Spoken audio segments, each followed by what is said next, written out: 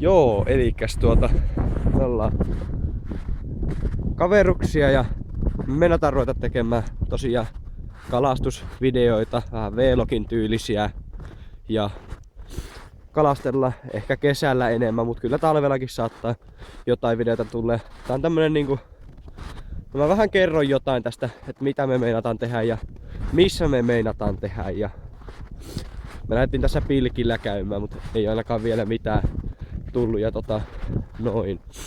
Elikkä pääasiallisesti kalastellaan varmaan Kainuussa. Joskus saattaa tulla jostakin muualtakin, en ole varma.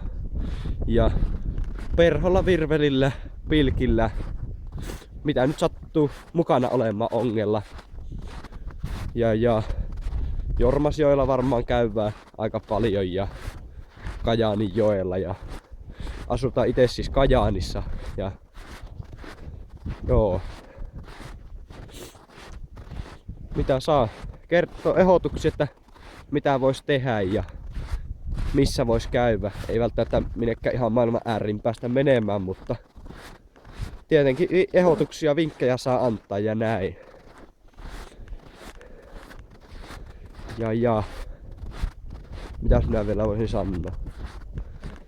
Eipä tässä hirveästi muuta ole, että videoita tulee silloin kun tulee ja milloin on potentiaalia kuvata ja milloin jaksaa ja milloin on aikaa. Koulussa ollaan kuitenkin vielä. Ja joo. Eipä tässä varmaan sen kummempia, että nähdäänpä sitten seuraavan videon parissa. Heipä hei!